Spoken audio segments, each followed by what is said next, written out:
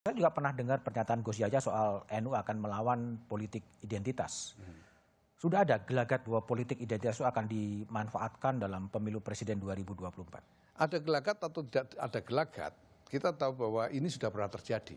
Oke. Dan kita tidak mau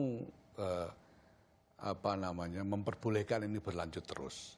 Kita tidak ingin ini berlanjut terus. Maka ya kami bersiap-siap juga untuk mencegah itu terjadi lagi. Kenapa kemudian politik identitas selalu dimaknai bahwa ini muslim, non-muslim? Bukankah juga ada identitas yang lain? Gender, pria, wanita, Jawa, Sumatera. Semuanya sama. Jadi kita harus lebih rasional di dalam, ya kita ingin mendorong demokrasi yang lebih rasional. Dengan bersandar pada kualitas pribadi-pribadi yang terlibat di dalam politik itu. Bukan latar belakang identitasnya, apakah suku, agama, jenis kelamin, atau yang lain.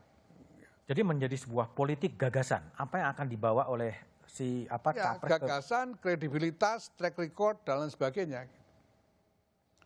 Jadi tidak bisa kita, ya walaupun koruptor karo Islam kan nanti masuk surga juga misalnya. Itu juga, ini tidak sesuatu yang tidak relevan untuk dikembangkan di dalam demokrasi kita. Tapi cara NU untuk melawan politik identitas yang bisa dikatakan terjadi atau juga sudah terjadi, cara apa sih yang akan dipakai oleh NU? Ya, NU ini kan gerakan sosial ya, kita membangun strategi sosial yang kita desain untuk menghadang itu. Kita sudah siapkan platformnya, ada berbagai hal kita bangun sebagai platform untuk menggerakkan warga ini ke arah satu visi bersama, termasuk untuk mencegah meluapnya politik identitas itu. Nah, walaupun identitas seperti yang sampean bilang tadi bisa saja bukan hanya soal agama, tapi jelas bahwa dalam pengalaman kita yang menjadi ancaman terbesar ini adalah identitas agama, dan kita tidak mau membiarkan itu berlangsung terus. Gus, 2019 kita mengalami sebuah pemilu yang betul-betul seakan-akan mendivided nation, ya, mendivided society dan sebagainya.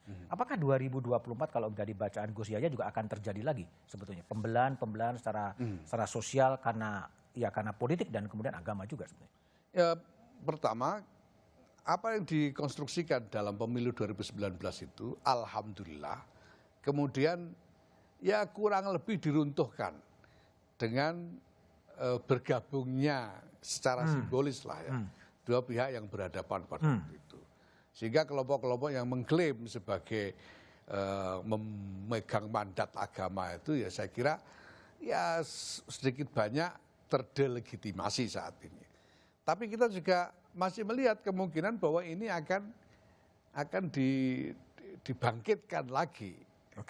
Nah, maka ya kita harus bersiap-siap memang. Kita harus peringatkan, kita termasuk kepada para aktor politik. Kita harus ingatkan para aktor politik ini bahwa bermain-main dengan identitas agama itu sama saja menggiring bangsa ini ke dalam perpecahan.